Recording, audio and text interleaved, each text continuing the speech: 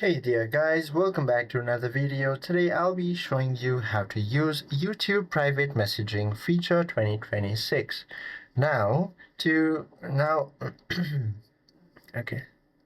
As of early 2026, YouTube is testing a reintroduced mobile-only direct messaging (DM) feature in selective European countries for users over 18, allowing one-on-one and group chats to share and discuss videos. Users must send and accept invitations to connect, and the feature allows sharing videos, emojis, and even text.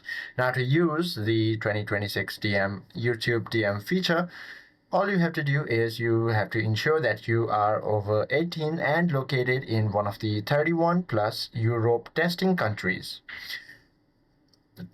And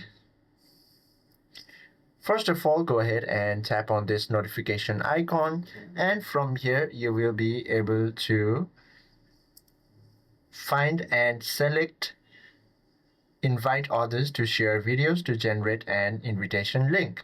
However, it is not shown in mine because I am not in one of the European regions, but you should be able to find one over here. Now, once you generate a specific invitation link, you can share this link directly with other user, and the recipient must accept the invitation to begin messaging.